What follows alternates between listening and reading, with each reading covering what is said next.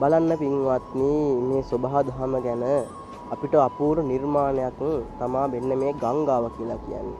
මේ ගංගාවක් ගැන අපි ගත්තොත් මේ ඇලදොල එතකොට වෙන්න මේ වගේ දේවල් බලන්න මේ ලස්සන මේක හිමීට ගලාගෙන යන විදිහ අපේ ජීවිතයත් වෙන්න මේක හා සමානයි.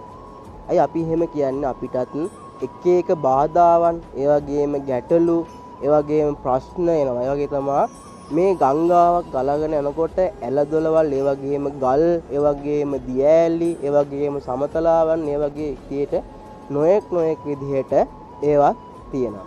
අන්න ඒ වගේ තමයි අපිටත් එක එක විදිහේ මිනිස්සු හම්බ වෙනවා. බලන්න මේ ගංගාවක් ගත්තත් මේ ගංගාවක් හැදෙන්න බලන්නකෝ ගංගාවන් කීයක් එකතු වෙලාද වෙන්න මේ වගේක් නිර්මාණය වෙන්නේ. අන්න ඒ වගේ තමයි අපිටත් මේ ජීවත් වෙද්දී අපිට නොඑක් විදිහේ මිනිස්සු, ඒ වගේම නොඑක් විදිහේ අය අපිට හම්බ වෙනවා. ඒ හම්බුණාට අපිට ලැබෙනවා. හැබැයි අපි ලැබෙන හැම දෙයක්ම අපි එක හා සමානව මේ ගංගාවක වතුර එකට එකතු වෙලා එක විදිහට ගලාගෙන යනක් මෙන් අපේ ජීවිතයත් අපි ඒ අයත් එක්ක එකතු වෙලා ඒ අපිට හම්බ වෙන සමාජයත් එක්ක අපි එකතු වෙලා එකට ගමන් කරන්නට ඕනේ. එතකොට මම මෙන්න මේ ලැබිච්ච ලස්සන සුන්දර මේ ජීවිතය ඊටම දුර්ලභ විදිහට ලැබෙන මේ ජීවිතය අපි සුන්දර කරගෙන ජීවත් වෙන්නට ඕනේ. අන්න ඒ වගේ ජීවත් වුණාට පස්සේ තමයි අපිටත් පුළුවන් ලස්සනට මේ ලැබුවා වූ භවය අපිට හොඳට ගත කරන්නට පුළුවන්.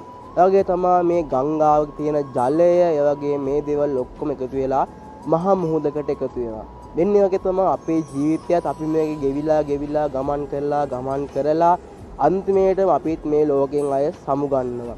එන්නේ විදිහට තමයි මෙන්න මේකේ අපිට ගොඩ නැගිලා අපි ජීවත් වෙන්නට ඕනේ. එතකොට අපි මෙහෙම ජීවත් වෙනකොට තණ්හාව, ඒ වගේම වෛරය, මෙන්න මේ වගේ දේවල් එකතු කරගෙන අපි ජීවත් වෙන්න හොඳ නැහැ. එන්නේ එතකොට අපි මෙන්න මේ දේවල් වලින් මිදිලා අපි සතුටින් සන්තෝෂයෙන් එකමුතුව අපි මේ ලැබුවා වූ ජීවිතයේ සුන්දරමත් විදිහට ගත කරලා සුන්දර විදිහට මේ සබහා දහමට අවනතව සබහා දහමට අපි එකඟ වෙලා අපි අනුව ලස්සනට නිදහස අපිට ගත කරන්න පුළුවන්.